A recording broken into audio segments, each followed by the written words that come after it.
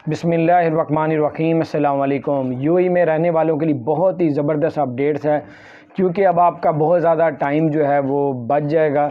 Abu Dhabi ने बहुत ही बड़ा ज़बरदस्त जो है वो आज एक ऐसा शॉपिंग मॉल का इफ्तिताह किया है, ऐसा शॉपिंग मॉल बनाया है अबू धाबी ने कि जिस पे कोई कैशियर नहीं होगा। आप कोई भी चीज़ लेंगे और बग़ैर कैशियर के जो है वो आपके पैसे जो है वो आप अंदर दाखिल होंगे। आपका जो क्रेडिट कार्ड होगा उसी में से खुद ही माइनस हो जाएगा। जितने भी आपने चीज़ ली होगी आपके वॉलेट से ही माइनस हो जाएगी।